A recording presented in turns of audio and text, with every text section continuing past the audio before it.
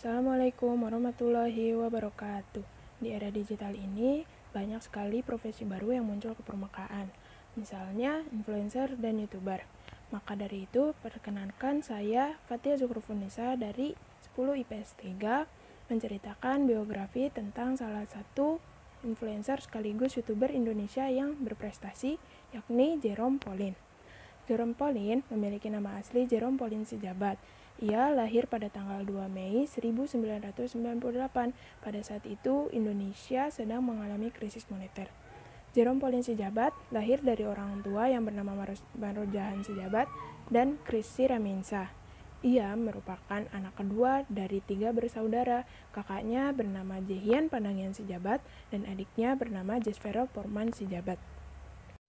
Kisah hidup Jerome Pauline Sijabat dirampung dalam buku yang ia tulis berjudul Mantapu Jiwa.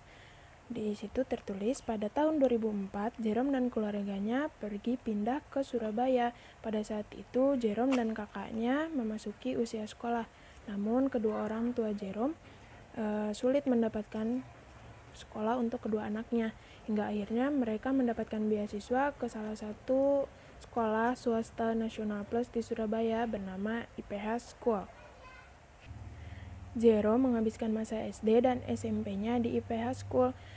Pada kelas 2 SD, ia sering mendengarkan cerita teman-temannya tentang liburan mereka di luar negeri. Hingga akhirnya, Jerome terinspirasi untuk kuliah ke luar negeri karena ia tahu satu-satunya jalan agar ia bisa keluar negeri adalah dengan pendidikan.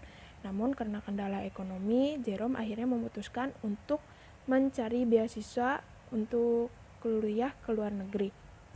Pada masa SMP, Jerome lebih sering menghabiskan waktunya dalam berolahraga dan belajar memainkan alat-alat musik. Kemudian pada masa SMA-nya, ia menghabiskan waktu untuk ikut serta dalam paduan suara sekolah dan mulai mempersiapkan beasiswanya ke luar negeri.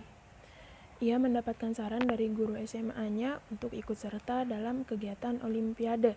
Hingga akhirnya Jerome belajar sepanjang hari dan mengorbankan waktu main dan masa-masa SMA-nya untuk mengikuti Olimpiade-Olimpiade. Serta ia pun berhasil mendapatkan kemenangan di berbagai Olimpiade. Pada bulan Juli 2015, Jerome dengan kakaknya yang kerap disapa Bang Ian membuat Math Q&A. Setelah mendapatkan respon positif, mereka pun mulai membuat Q&A versi pelajaran lainnya. Pada bulan Januari 2016, ia mencoba peruntungannya dengan mendaftar beasiswa di National University of Singapore dan Nanyang Technological University di Singapura. Namun sayangnya ia ditolak masuk NUS dan gagal mendapatkan beasiswa di NTU. Pada bulan Februari 2017, ia mendapatkan informasi dari kakaknya Bang Ian mengenai beasiswa Mitsui Busan.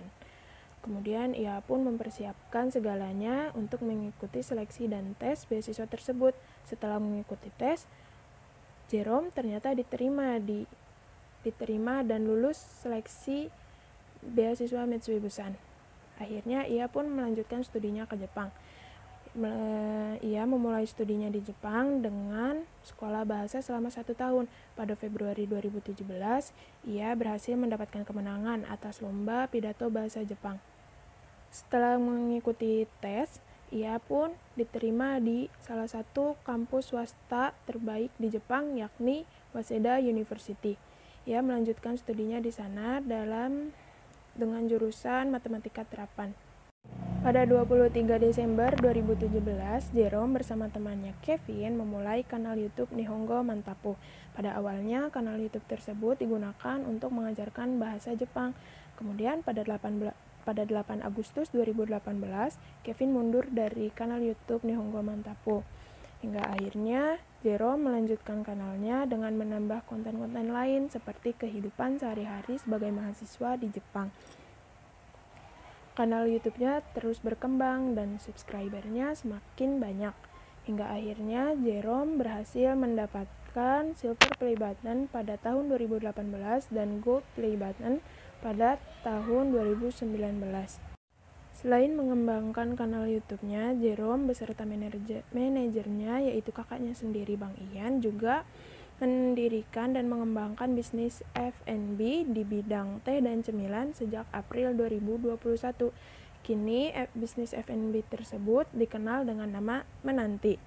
Selain itu, mereka juga mendirikan perusahaan Mantapu Corp yang menaungi influencer tertentu dan mengembangkan bisnis-bisnis lain. Jerome telah mendapatkan banyak sekali prestasi ketika duduk di bangku sekolah. Tak berhenti di situ, ia pun mendapatkan prestasi-prestasi lain seperti masuk ke dalam list Forbes 30 Under 30 Asia 2021 bersama kakaknya atas Q&A Group yang mereka bentuk.